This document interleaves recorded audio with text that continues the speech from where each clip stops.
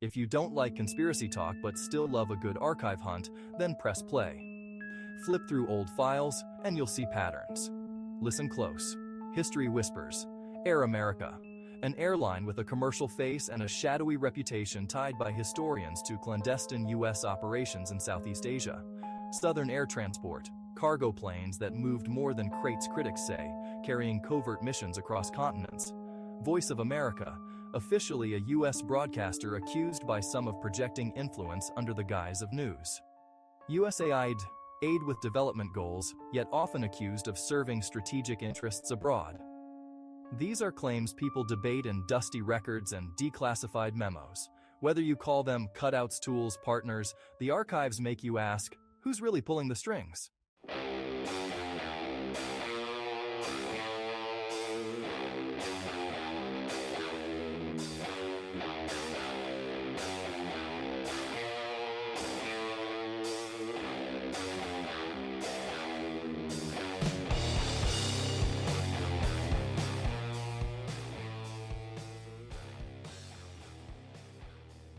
All right. Hey, Joe, welcome to another episode of The Deep Devils. And we're continually trying to revise things, work on the editing, get this laid out a little bit better. Hopefully this new look, which might change again, we're trying to get both of our branding going here, but I think this is a step in the right direction, Joe.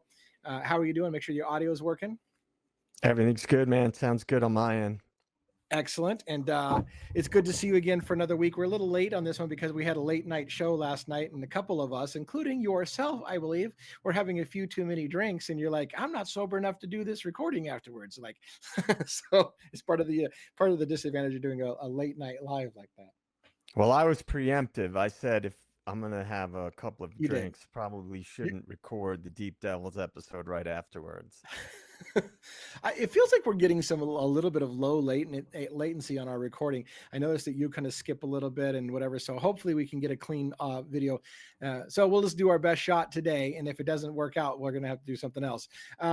Let's talk a little bit about what the topic is going to be tonight. We're going to talk about CIA cutouts, right? Which is basically like front companies, things that basically hide that there's CIA operatives working there. They look like a private company. They've got, from outward perspective, they look like a normal business. That's kind of the gist of what we're talking about, right? You want to give some more feeling about how we're going to cover that? Yeah.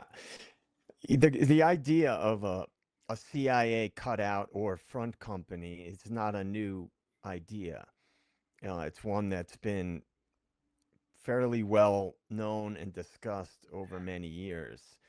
And the idea is you have companies that basically are created by the CIA that have a sort of once removed or twice removed nature to them. So they're run by the CIA or funded by the CIA, but they're quote unquote private companies. And one of the ideas for that is so there's plausible deniability so that it doesn't, become immediately obvious that the CIA was involved in certain operations that may get uncovered by the media. And it's happened many times in history where these things have come out, like in the intro video, Air America, Southern Air Transport. There's been a lot of talk about USAID actually being a CIA front organization. There's been a lot of talk about certain banks, particularly on the global scale, being actual CIA run companies or organizations that are used to actually raise funds for the CIA. Like one of the official CIA funding branch is called In-Q-Tel. So, that is one of the ways by which the CIA raises money.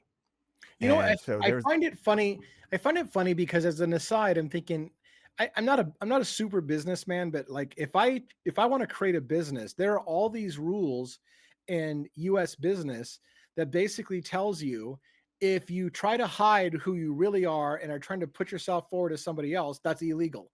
So it's funny that we're talking about a practice that it seems like on its surface not anybody in America could do, because the whole idea of hiding who you really are and purposely creating a shell front company that makes it look like you're doing something or that you are something you're not seems to be illegal for most of us. But that's what we're talking about, right? Is literally the CIA hiding what they're really doing and pretending like there's some other business. I mean, in some regards, I guess it is a legitimate business. Like a lot of these times they really do ship freight, for example, with Air America, or they really really are a construction company that does construction, but it's a known front for the CIA. How's the legal differences, you think, between, what an American can do in hiding what they're really doing and what the CIA can do with the cutout company?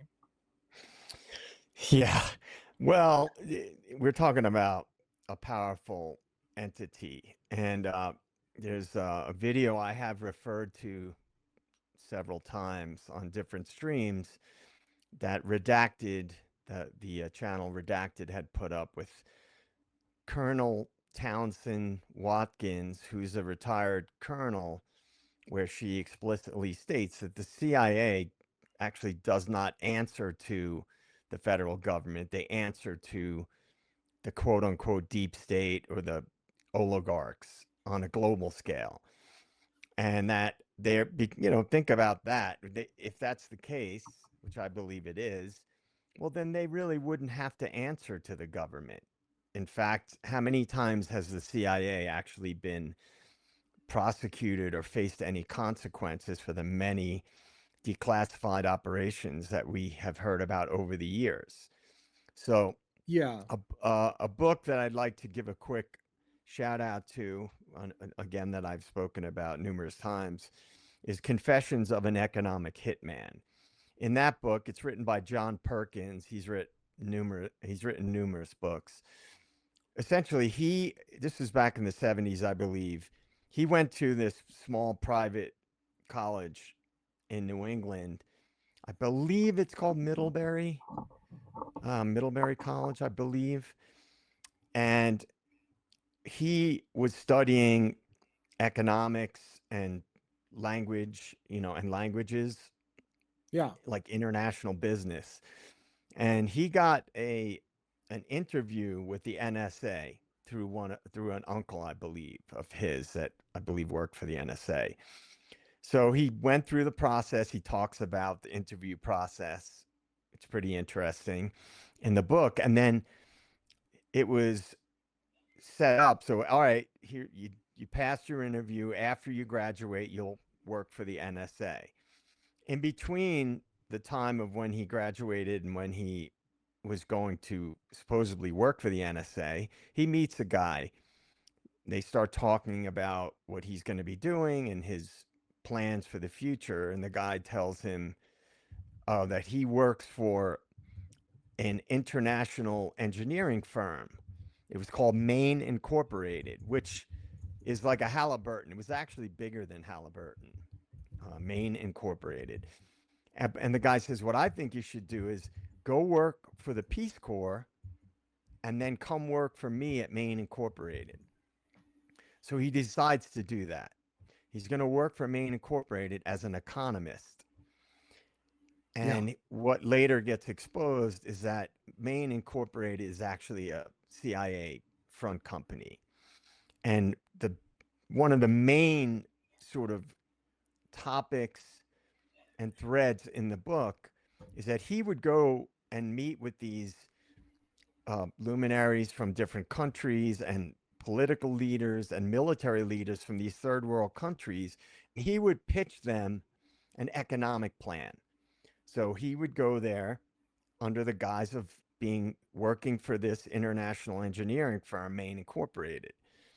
And he would pitch them, here's what this this development plan that we have in place.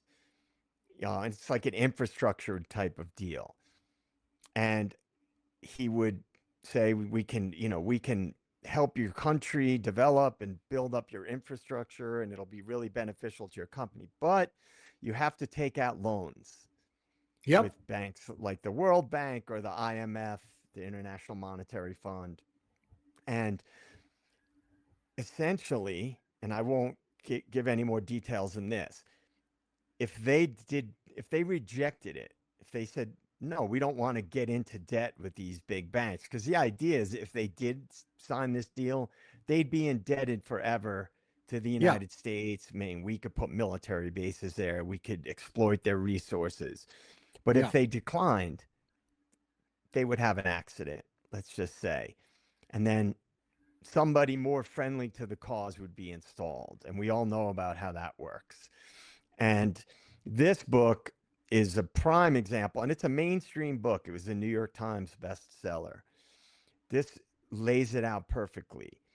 This would be the reason for front companies. This would actually explain a little bit how they actually work.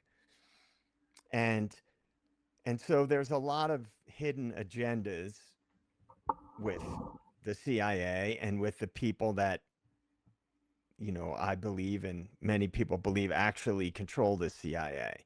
So that's a really good I blueprint. want to use an example from memory, and I hope I get this right. It was one of the first. It kind of goes along with the Confessions of an Economic Hitman and how diabolical things get.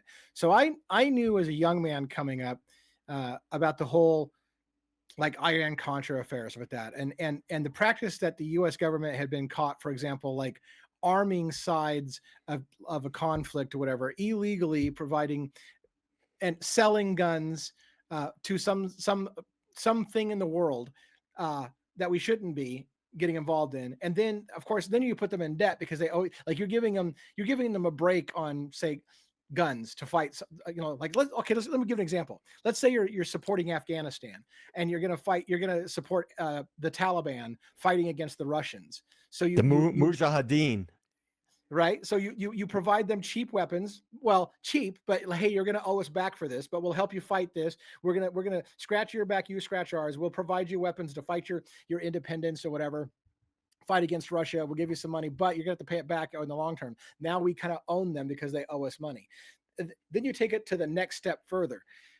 And this was what I heard. I'm trying to remember the exact details, but there was a pipeline, for example, that the United States with their business partners wanted to build going across Afghanistan, like between Turkmenistan and Pakistan, and it would cross across Afghanistan. And of course, like you say, they try to do the whole, hey, look, this is going to be good for your country. We'll give you some loans to help build the infrastructure to make this pipeline go across your country. This would be great for you. If you say like, no, we don't want to be in debt to the US government. Well, then a war breaks out. Our fighters come in destroying the bad guys and happen to lay waste to the entire area that the pipeline was supposed to go through. So now all the buildings are leveled, making room for the pipeline. Then we come in and say, now that you're decimated and your country can't afford anything, how about those loans now to rebuild your infrastructure? And by the way, we're putting that pipeline in that we always wanted. And I was like, holy shit, the level of diabolical in that shit. Again, Yeah. I don't know if I did justice to the story, but that's No, when I and started to that's a realize how perfect diabolical it is. example of the way that there are front operations and front organizations that facilitate bigger agendas. And you know, there's many examples. We talked about uh, you touched on it a little bit. Like the operations oftentimes are used to fund uh, other projects that Congress will not support. So if an Yeah. operation can't get congressional approval, there's a long and storied history of the CIA carrying out operations like drug running and gun running to fund other operations that are in the benefit of the United States. And the one that I've referenced frequently is that book, Dark Alliance, about the Nicaragua Contras who were fighting the Sandinistas, who were a communist funded resistance um, organization basically in Nicaragua, and the U.S. was funding the Contras who were fighting the Sandinistas. Yeah. and Yeah. and basically that is what gave rise to that movie American Made, starring American Air. Tom Yeah. Cruise, about American Air. Yeah. Yeah. about Southern Air Transport, and they were running guns and drugs to try and fund these operations. So there are many examples. We talked about the Voice of America, and which was also mentioned in the intro video there. It's a CIA front media organization. And In Operation Mockingbird, right? One could argue that a lot of these media organizations are actually functioning as effectively as a front for the CIA to spread, messaging that they want to spread. And if you really dig and drill a lot deeper, there's a lot of organizations related to universities. There's a lot of organizations related to the banking industry and on a global scale. There's USAID, which John Perkins in his book Confessions of an Economic Hitman explicitly stated that USAID was a CIA front in his book. And this was before any of the Doge audits that uncovered a lot of the stuff that was going on with USAID and many other NGOs. So I want to address a convoluted. I want to address some of the budgeting and the funding of this real quick.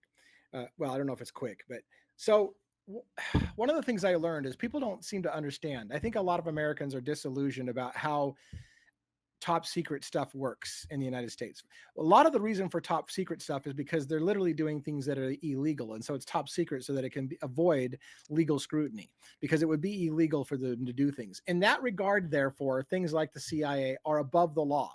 There's all these laws in the country about what you can and can't do, and they're above the law. It's top secret because they're breaking those laws, and it's against the law for them to do so. But if it's under the national security umbrella and it's top secret, then they can break the laws and do whatever they want, which is why you have the CIA allegedly getting involved in drug running and arms smuggling and all like that, which are illegal activities, because they need to fund their operations, which are illegal in the first place. Their operations are illegal. It can't be told to Congress because Congress is not going to publicly buy off on an illegal thing. The president, even in some regards, needs to be blind and have plausible deniability about illegal activities we are, because your president can't say, by the way, we do illegal shit and I know about it. So to protect everyone, there's an agreed upon. This is what people don't realize. There's an agreed upon plausible deniability. We're going to do things you just don't want to ask about. So don't ask, but we need a budget for it.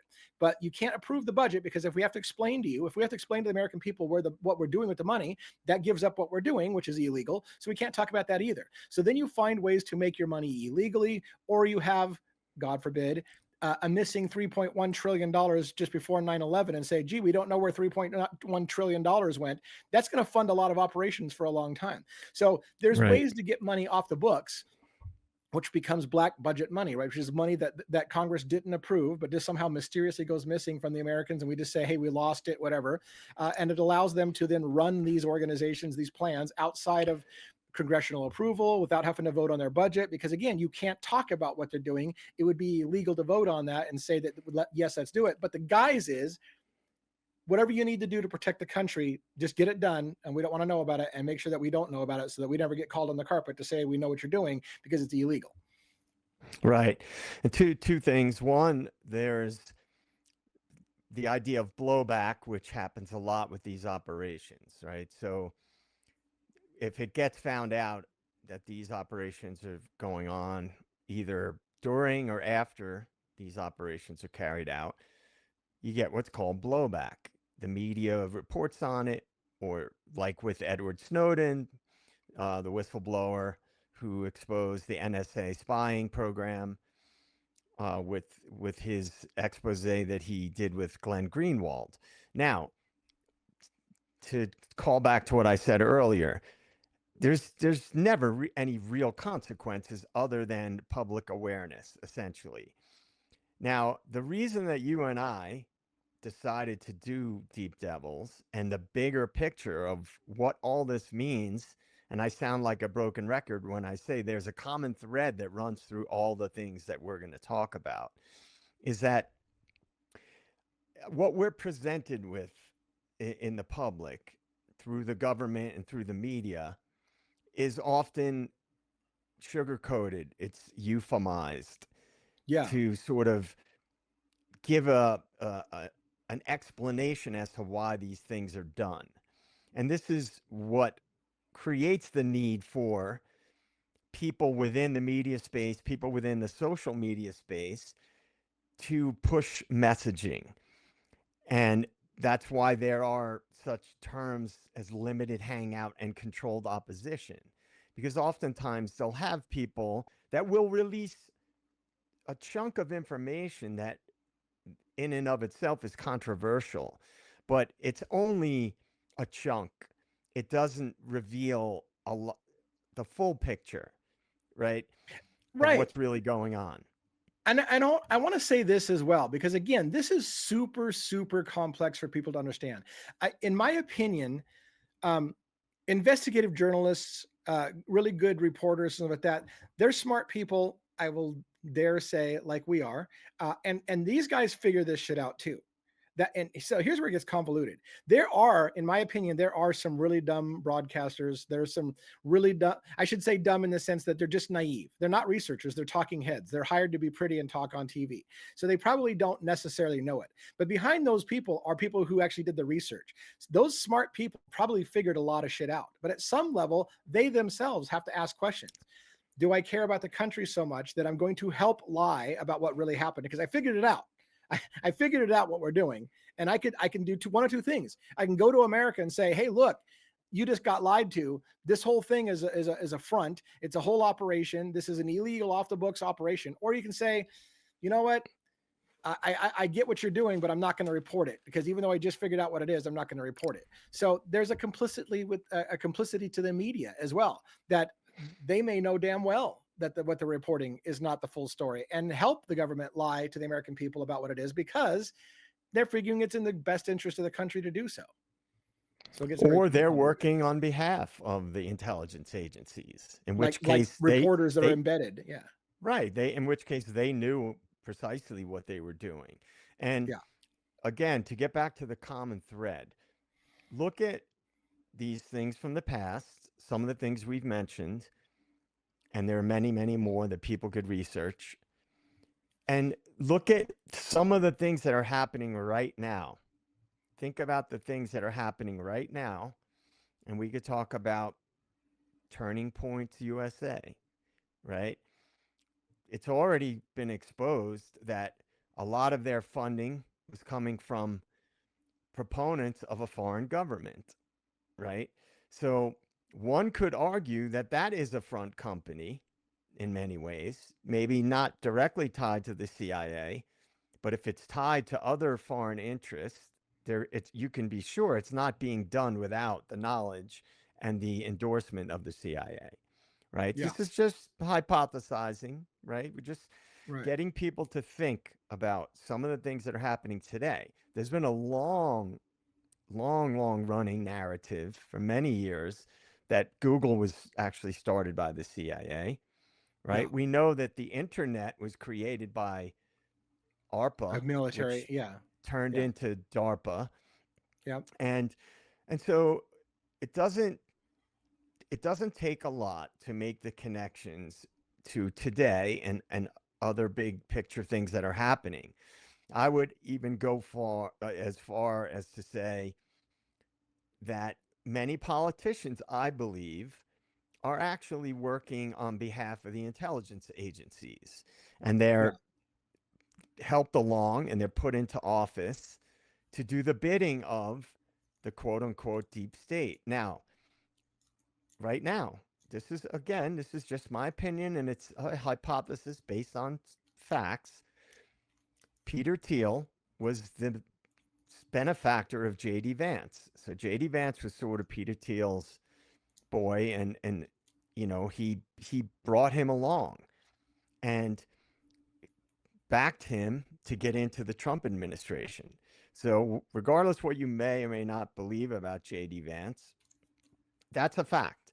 He is backed by an oligarch, the same oligarch who is behind the Palantir stuff, which was explicitly a CIA company, right? It was a contractor for the CIA.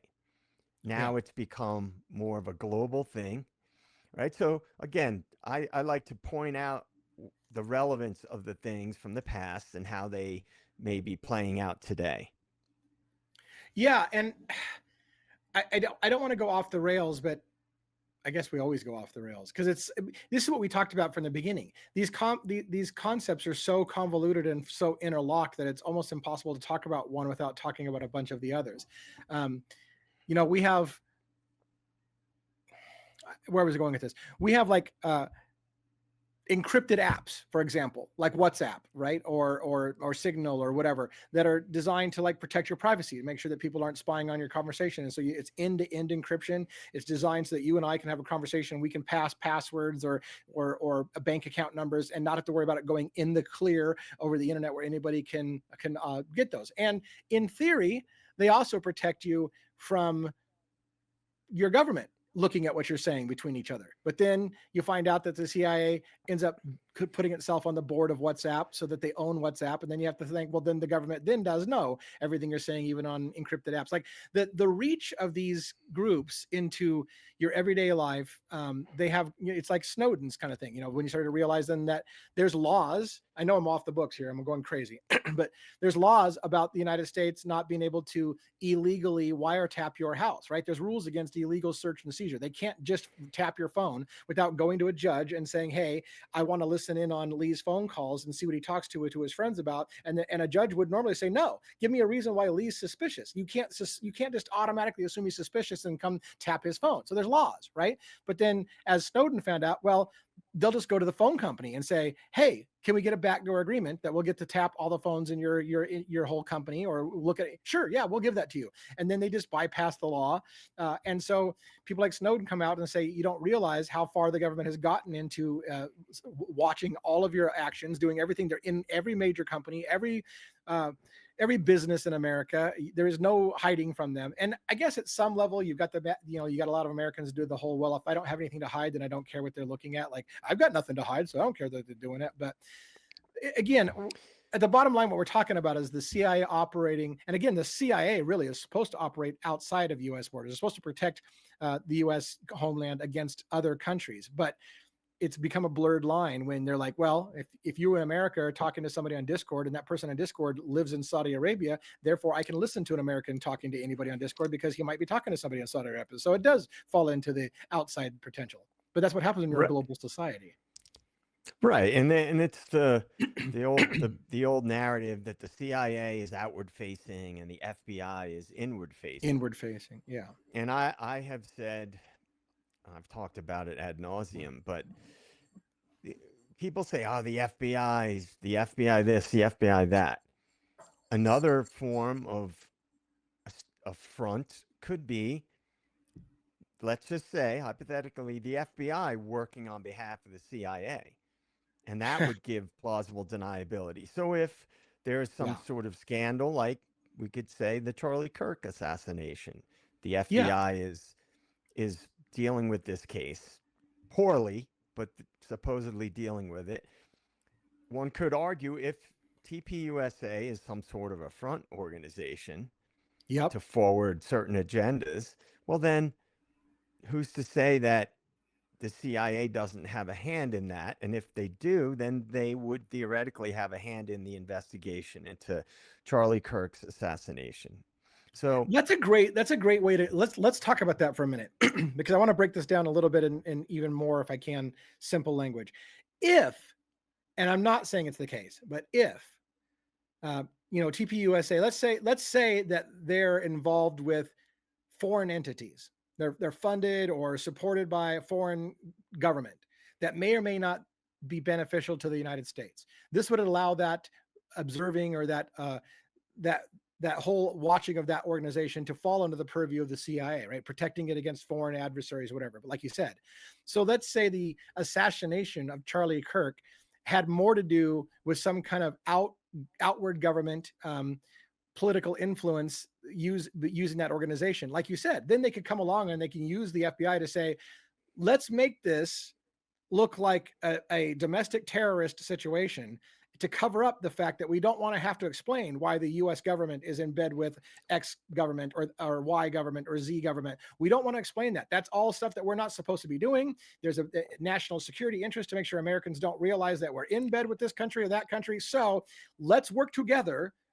This is just a hypothetical. purely hypothetical. Let's work together to make sure this goes down as a domestic terrorist issue so we can cover up all ties to foreign governments because we don't want to have to explain our ties to those foreign governments. That's an example that you're talking about, how the CIA could work with the FBI to kind of come together to tell a fake narrative about what really happened to hide whatever involvement we have in the situation. Yeah. And a lot of the major events that take place and have taken place over the years, typically you never know what the motives were behind them, if in fact they were operations that were being carried out on behalf of either a foreign government or the US intelligence. There's connections that can be made to, for example, the banking cartel. And again, the redacted episode, it was about a month ago with Colonel Watkins on there. She talks about this idea that the CIA is working for these oligarchs. That implies on a global level, right? So if they have motivations that are behind a lot of these major events, these high impact events, the public often never finds out what the true motives are. They end up getting an investigation that comes up with, a committee that comes up with a narrative about what really happened, right? That doesn't expose what the bigger picture is and what the larger agenda is. Yeah. And with the what I referred to as the global banking cartel, if you look at the connections there have been rumors for many years that some of these big giant investment banks were really just CIA fronts. Right now, how does one prove that? At that level of power, I happen to know that uh, the organization, the equity firm Blackstone, not BlackRock, but Blackstone, Yeah. the head of Blackstone was a Skull and Bones member, right? So one could argue that Blackstone was created as a CIA front. Now, Yeah. it could be to fund black ops, it could be to forward other agendas. But these are the types of things I think if people sort of develop an awareness about this type of stuff, that it is very far reaching implications that What was relate to the what's happening. I always get BlackRock and Blackstone a little mixed up. Wasn't BlackRock like a private security kind of company that did a lot of stuff over in Afghanistan and in Guantanamo? Is what that was? What was the That was exact name? Blackwater. Blackwater. Blackwater. Yeah, So yeah, let's make Blackwater. sure we get clear about that. Blackwater. Let me give you an example of that. That's the kind of another gray area. Black. This is how deep this kind of stuff gets. Like if it's against the law for the U.S. government to do certain things, you can just hire a company. You can create a company. I'm not saying that's the case with this, but you could, if okay, we can't do certain things in America. It's illegal to do it. So we'll create a private company called uh, Murky Water. We'll create it. We'll create a fake company that's called that, and then we will hire people who are trained by our government to work for this private company. And now that private company can do things that we can say we didn't know they were doing that. That's not something we would have funded if we had agreed to it. Like so, it becomes a way again for creating companies to do things outside and off the books as a private company that you are not allowed to do. But everybody who works for that company may be trained by your company or trained by the government to do things that you couldn't do, and you just hide it behind a private company. If you follow what I'm saying. Right. And yeah, and along the lines of Blackwater, um, anybody who watches any of the content by a lot of these ex special forces guys, like former Navy SEALs and Green Berets and Delta Force guys and things like that, a lot of those guys talk about being contractors for the agency. That's the CIA.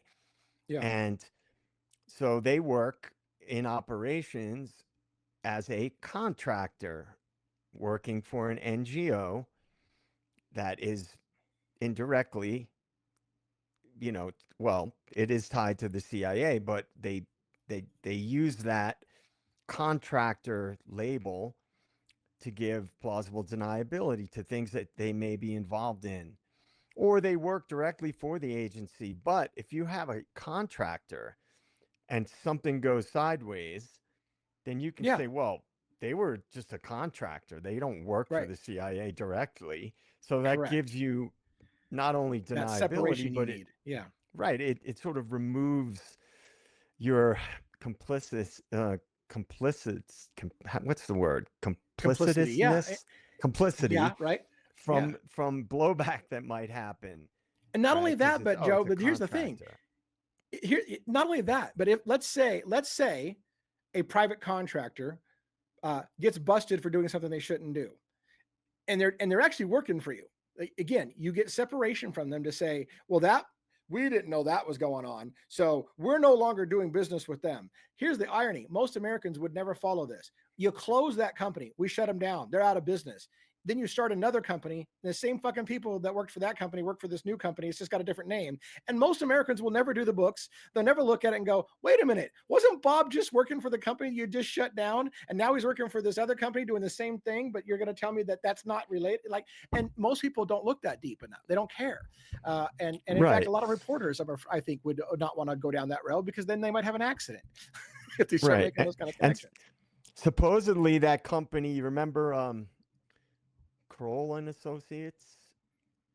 You familiar with that company? I don't remember that one particularly. Yeah. It was a corporate security firm, right? So Okay.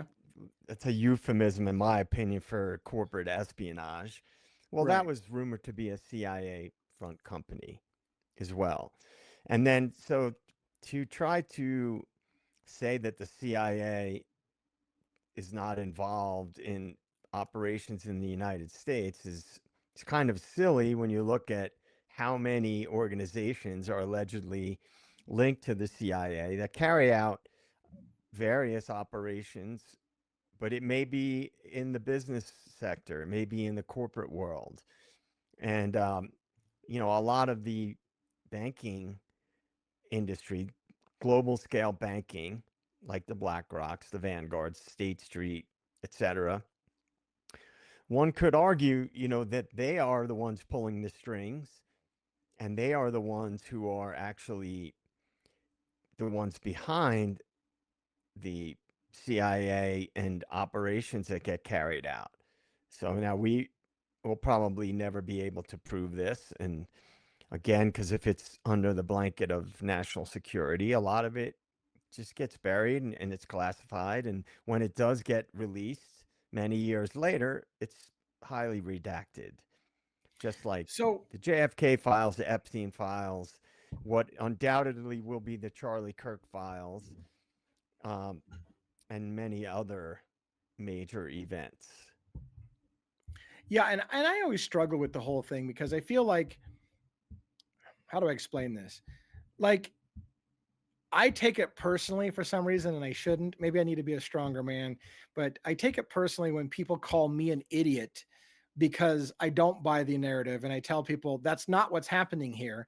But then here's the thing: if I start telling you exactly what's happening here, I put my own life in danger. This is where some people. That's why some people have shows like a Sean Ryan or whatever, and they're like, oh my god, he's blowing the lid off of this. He's blowing the lid off of things only far enough to not get himself killed.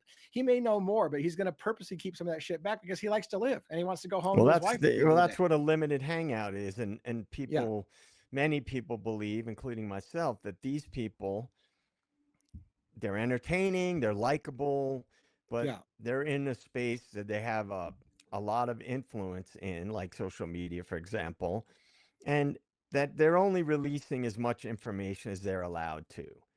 right, And so, what does it matter if someone releases information about something that's controversial? If nothing's going to be done about it, they didn't really do anything.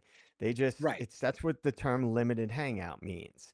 And so it's really, I guess, what I want to do, if I could accomplish anything in what's left of my life, is to get people to realize that a lot of what we're told And a lot of the things that we are aware of, that major things like the government, the political parties, big business, things like this, they're not what they appear to be. Right. And if the biggest example for me, and one that I want to discuss much more in the future, which I will address more in a more detailed way when I finally get my State of the Deep platform fully launched, Yeah. is the two political party system, I believe, is deliberately designed that way to keep people divided, and that both parties are actually working for the same powerful entities to keep the population divided. That way they can manufacture consent for different things, for war, military actions, for policies that don't benefit citizens. But if you have two sides fighting one another, and people on both sides that appear to be supporting a cause or an ideology that a large percentage of the population supports, then that is an effective way to keep people divided and push through policies that benefit the oligarchs and the powerful, but not citizens. And if if I can get people to start being more aware of that on any level, then I've done my part. Because what really sort of got me involved in this type of thing was what happened during the COVID days, let's just say. Uh-huh. And for a long time, I've been a proponent of the anti-divide and conquer sort of narrative, and that it has served powerful entities all throughout history to keep people divided.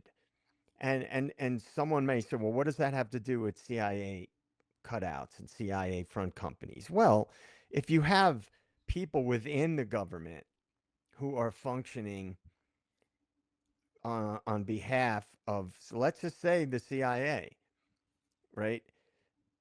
If it wouldn't be difficult for the CIA and the people really pulling the strings to install people in powerful positions to help facilitate a larger agenda. So they're functioning as cutouts in a sense. Yeah. And I guess at the end of the day, I'm also trying to like, like, why do we talk about the things we do, the end goal? Like, if I could die having accomplished one thing, what would it be? I want to also kind of like circle back to why devil's advocates are you talking about CIA cutouts on a true crime channel? And it's similar in the sense that what bothers me is I kind of feel like it's the same thing you said, but I'm going to say it in a different way.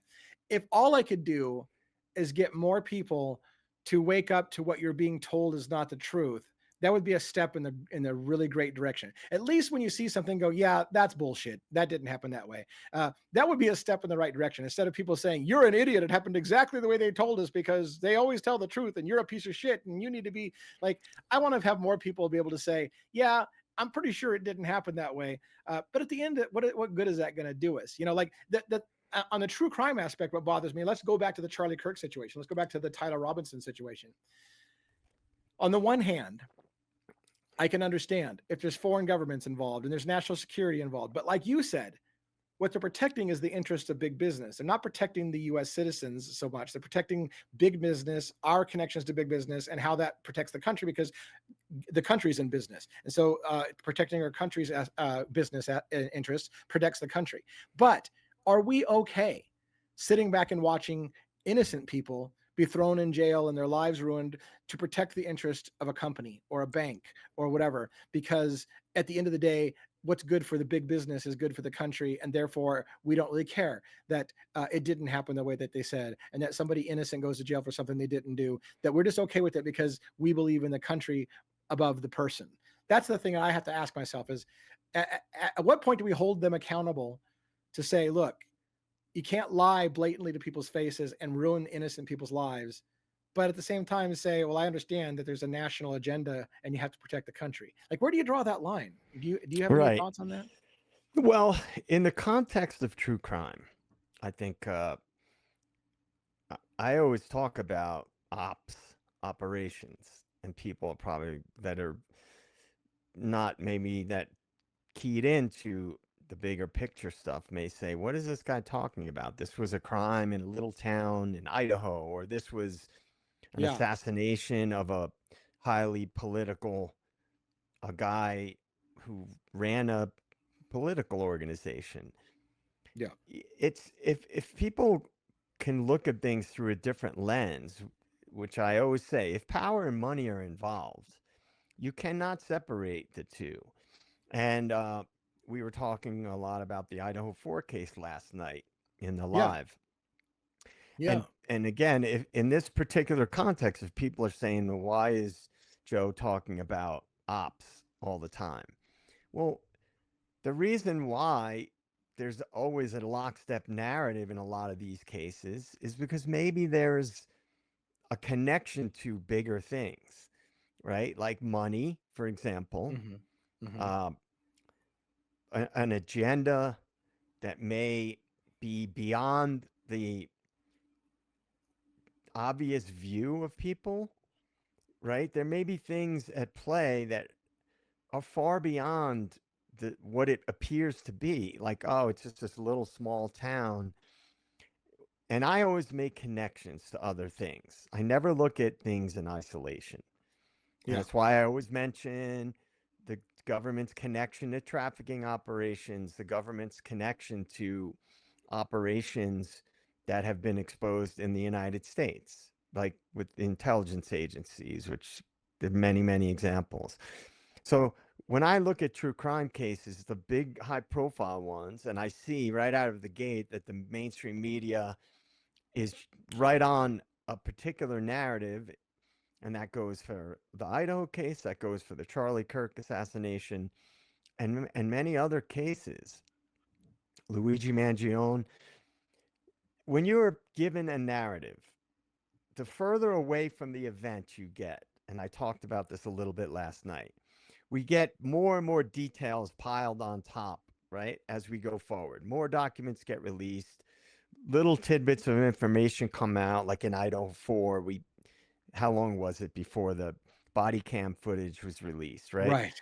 Right. So more and more information gets piled on, right? And it creates this noise online, right? People debating these different information drops and document drops. That pulls you further and further away from the event itself. And we talked about Brent Kopacka last night, right? The media stopped talking about Brent Kopacka in Idaho almost immediately. Right. That event was buried so quickly. No quote unquote journalist said, wow, this is really strange that this guy who's got military ties gets taken out by a SWAT team, allegedly. How long was that after the event? Like 1 month and 1 day that right. Kopacka was I shot and mean, killed. Yeah. a month after a high profile quadruple homicide, a guy in that area who was known to have PTSD and mental health issues and allegedly drug issues, right? Yeah. Wasn't Yeah. he Yeah. believed to have Allegedly. drug and alcohol issues? Yeah. Yeah. For sure. Point is, look how quick the media just completely stopped talking about that. In my opinion, a real Yeah. journalist would say, wow, let's dig into this Brent Kopacka guy a little more. Why would Right. he be taken out, right? Let's dig into this official story. But Yeah. that doesn't happen. No. And with the Charlie Kirk case, same thing. Look how quickly the media jumped on an official narrative without any further digging on the part of the mainstream media. So that is why I connect things like what Deep Devils talks about with true crime. That's why I make the connections. Yeah. Yeah. It's good. And like I said, at the end of the day, I'm just, I don't know that we're going to solve any world problems on our show, but I think that for those who are interested in listening, I think that every little bit, because I know that when I was a younger man, I'm an old dude now, right? But when I was a younger man, it was something like this, like the show we're doing, where somebody said something one day, and I was like, "Holy shit, that makes sense. Why wouldn't you do that if you were a government? Why wouldn't you do that if you were a bank? Why wouldn't you do that?" And so something somebody said started to shift the brain, and I continued to go that route. And if we do that with one individual, I feel like we made a success. If somebody out there who has been a long time sheeple and always buy everything you're told says for the first time, you know what they're saying actually makes a lot of sense. I could see why you might do that. Then maybe we won something. We did something. Maybe we accomplished something and bring up a future generation of somebody that does something right. Right, right. And I think what I will say, I'll sort of give a nod to the state of the deep sort of idea.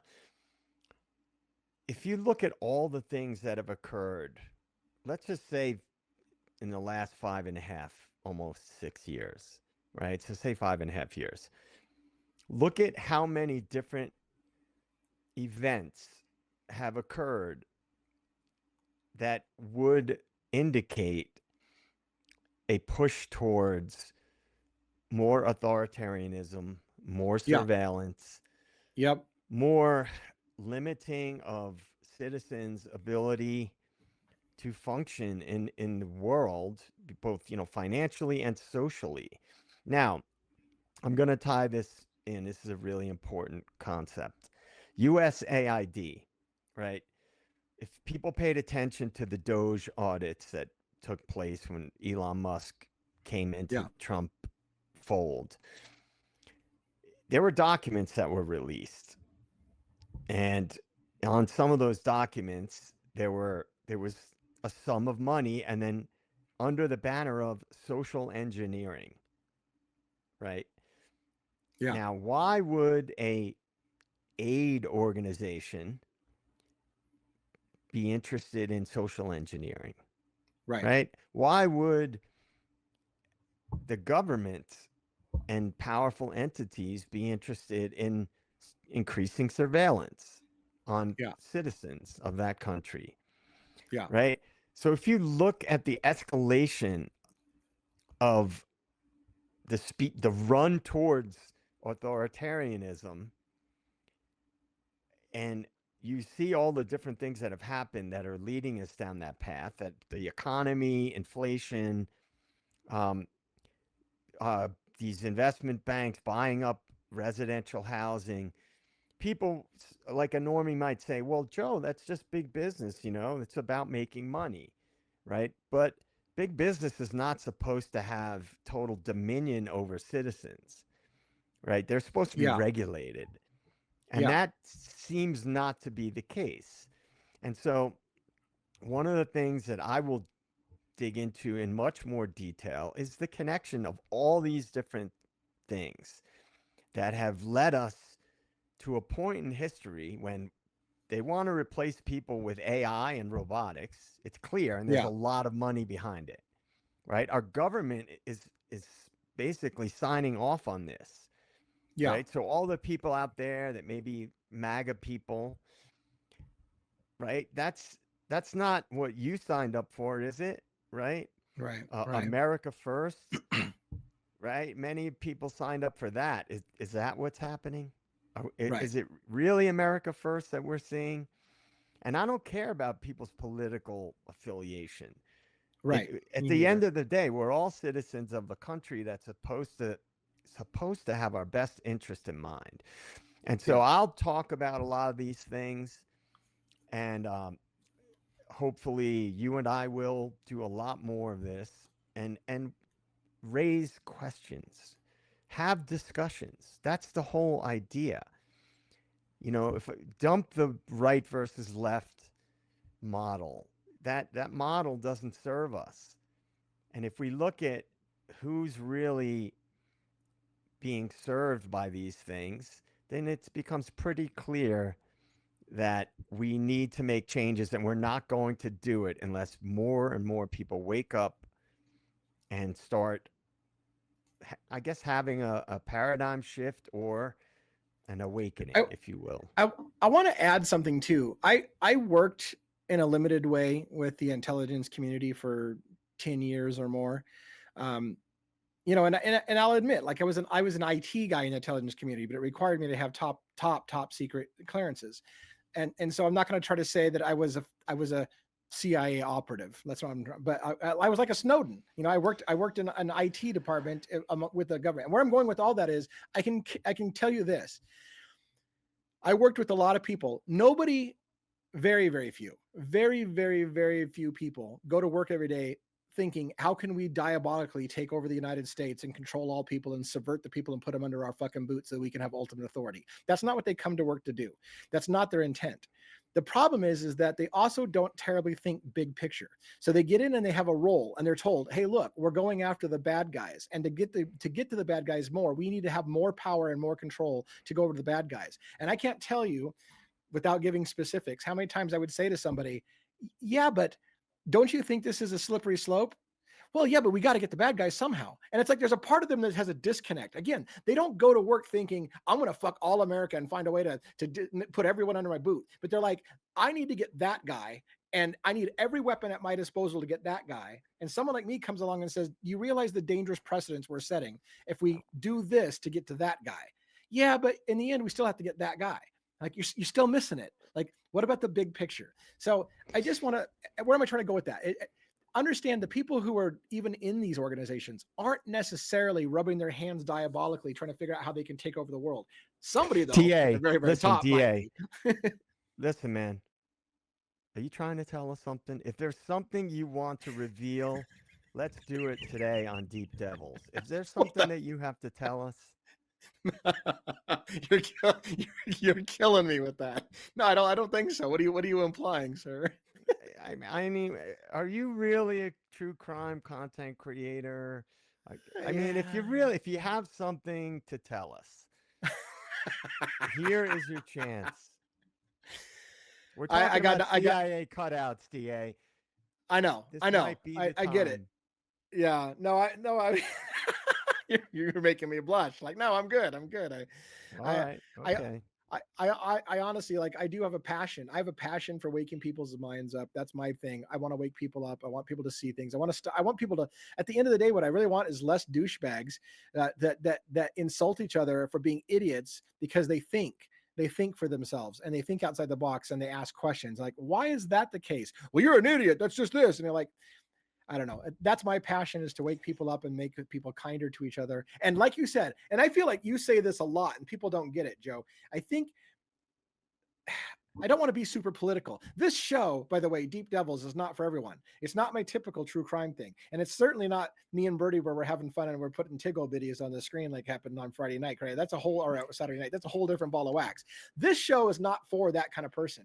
But where I'm trying to go with that is, like you said, at the end of the day, most people just want to be good to one another, and they just want to live a happy life, and they just want to be able to raise their kids, and and they don't want to be terribly political. We've been lied to in America to believe that we're all divided against each other, and that it's because of that asshole Democrat or Republican across the street that things are bad in America. And they've fooled a lot of us into forgetting that at the end of the day, that asshole across the street is just like you. He just wants to enjoy life with his family, raise his family in a peaceful thing where things are good. They want the same thing you do, but we've been manipulated in this country to feel like we're at war with each other all the time. And I feel like that's one of the messages I hope that we can somehow find a way to get to make people realize, stop fighting with each other. We all want the same things at the end of the day. And if you find yourself calling someone an idiot because of their ideological beliefs, maybe step back a little bit and realize that at the end of the day, that guy wants the same thing that you do. Right. And people, it's very upsetting for a lot of people, and I experienced this during COVID. It's very upsetting to people to conceive of the idea that there's nefarious agendas being carried out. And we have tribalism. It's human nature. It's in our DNA. It's an evolutionary process, right, for survival to have tribalism. And it's exploited. It's exploited by the power structure, and it always has been. And I can understand why some people, when confronted with the bigger picture ideas, it I can understand how it creates a lot of cognitive dissonance, Yep. because people, it's very hard to go through life and to go to work every day, to feed your family, to try to take care of your kids, to have some enjoyment, to go on vacations, to just live your life with this idea hanging over you that the people that are supposed to be representing you are actually doing things that are harmful to you. And I think that it's it's a difficult pill to swallow for many people. Yeah. And so I understand why there's a lot of resistance to that idea, and there's a tendency towards the tribalism, like the right versus left paradigm. I understand it. My education is in psychology and sociology. I study this stuff. Even on a global scale, I studied it. So I fully understand why people are wired that way. But there probably is a good percentage of people now, more than ever before, that are waking up. And so Yeah. that is I think why so. we talk about these things. That is why I talk about these things, because I woke up a while ago and realized this right versus left stuff, and the mainstream media dividing people. This is all nonsense. And so I will continue to talk about it, whether people appreciate it or not, or they tell me, why are you wasting your time, or what are you talking about? There are people waking up, and that gives me hope. I hope I don't go off the rails on this, because maybe we need to finish the way we started, which is kind of summarizing the whole CIA cutout. But I want to take another moment to say this. I don't know why lately a lot of my thoughts have been on mental health issues. It is probably not healthy to spend all your time every day watching shows like Deep Devils talking about CIA cutouts and how the government's manipulating you and how you've been lied to and how, because it gets depressing. And I'll joke sometimes about they want Americans who are just like, oh look, my football team's playing today. I got to go watch that. But there's nothing wrong with taking a mental break from this deep shit, right? You need to have a balance, in my opinion. In my opinion, so I'm a sports fan. I'm going to say, I know this sounds like it's not related. Let me relate it. Don't let this shit overwhelm you. It's very, very deep topics. You know, don't spend your whole life obsessed about how everything's shit in America, because it'll drive you into depression. You do have to have a balance, and you do have to. And at the end of the day, just like we talked about, people want to just enjoy life. I get why some people don't want to watch a show like Deep Devils, because they're like, man, I don't want to think that hard. I would rather just go play with my kids in the yard, and that's great. You need to have that. But by the same token, I think you're right, Joe. I think more and more people are waking up. So take it in doses. Make sure you balance yourself. Enjoy some life and have some fun, and then come back and watch this for the third time so we can get the replay value.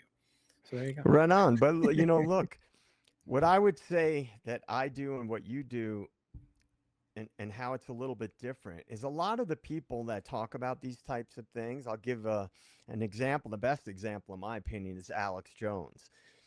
There's there's an element of fomenting outrage that a lot of these content creators and the mainstream media push. They want to get people outraged. Yeah. And Matt Taibbi wrote that book, Hate Inc., right, Yeah. about how it's all creating a divide and things like that. We're not doing that. See, we are trying to push this idea of,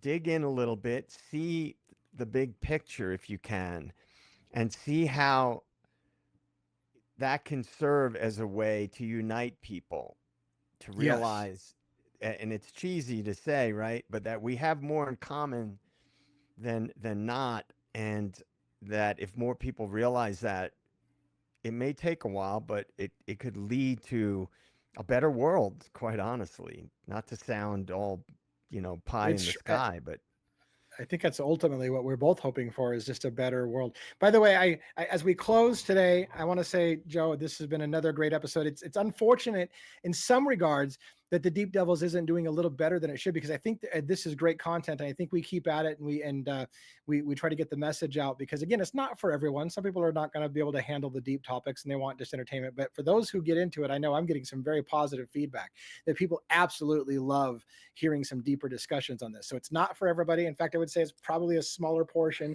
than those who just want to be entertained. But maybe the gap's widening. Maybe more and more people are like, you know what, I think I want a little bit more depth in my life than just all the candy. So maybe we're making Yeah, some inroads eventually. agreed. And I think it's good for people to find content creators and find books and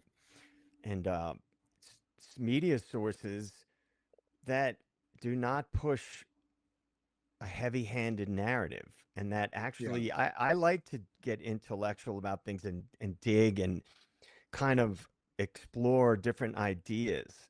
And so I think what we're doing here is definitely for people that want to dig a little deeper, but it could also be for people that maybe are not that familiar with these ideas. Maybe a lot of people probably are, but there's probably a lot that are not.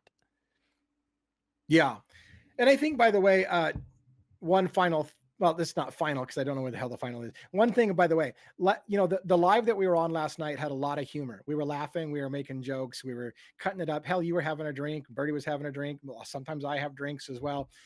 And we played some inappropriate stuff and we dropped some F-bombs. We had fun.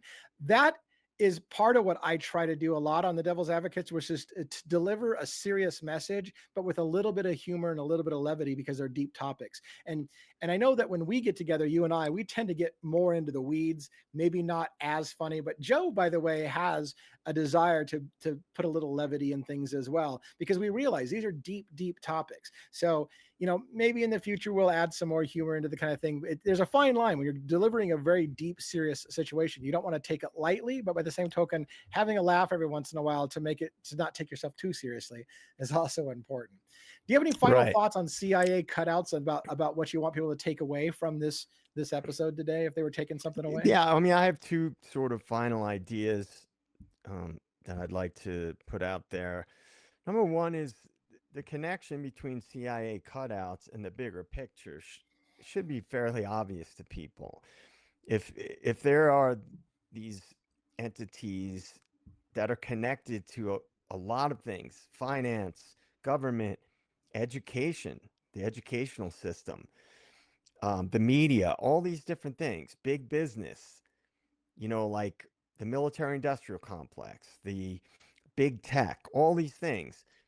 If people become more aware that the intelligence agencies are actually behind the scenes in many aspects that impact our lives, then the awareness itself could start to make changes over time, with like people doing more research with their political candidates, people doing more research about the media, people doing more Yeah. research about these oligarchs, these big tech oligarchs, and these people in the big business sector and the banking sector. So that's the relevance as far as I see it. And the last thing I'll say is that we're planning to have guests on in the future.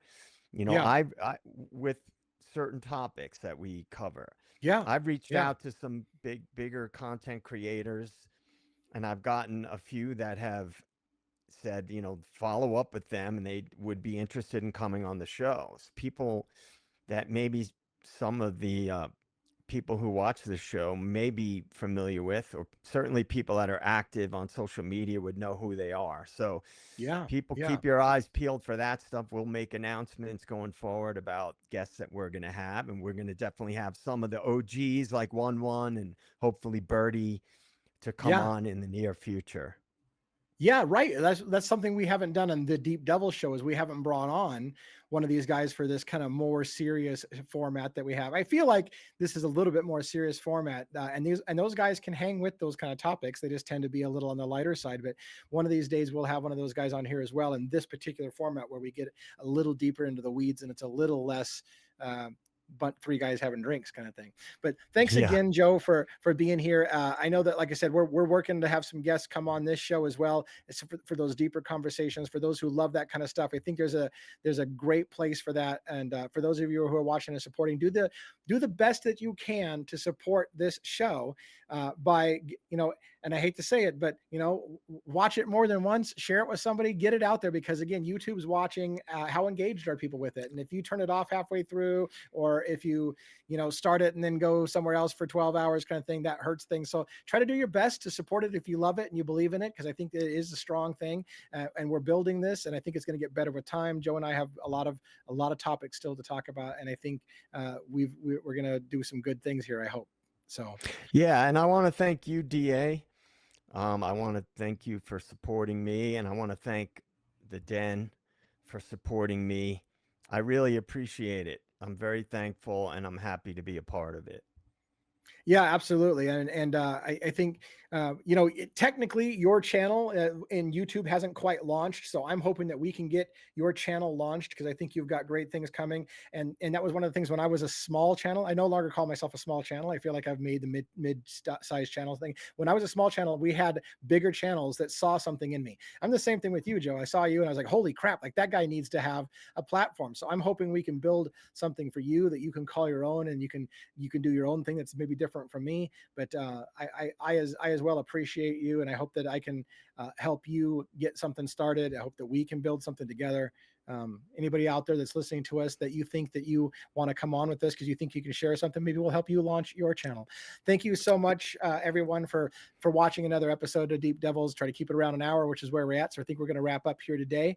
Another topic coming probably next week. We've been doing pretty faithful. And Joe, I hope you have a great week. I know you and I have a big trip coming up on true crime coming up. And so it'll be something that's not really Deep Devils. It's more like our true crime side. You and I are going to be heading to Moscow, Idaho, and hanging out there. And so those who are watching the Idaho 4 case, even though some of you think it's completely over, maybe not entirely. Yeah, not me and sure. DA, we're going to solve that crime, man. We're going to solve it. And I promise you guys, State of the Deep is coming. The content is coming. I know you've been working on it, and we're excited to see what happens. So when you get that thing going, we'll help you launch as quickly as possible and get that State of the Deep kicked off with a good thing. Thanks, everybody. Have a great day. We'll catch you guys later. Bye, everybody.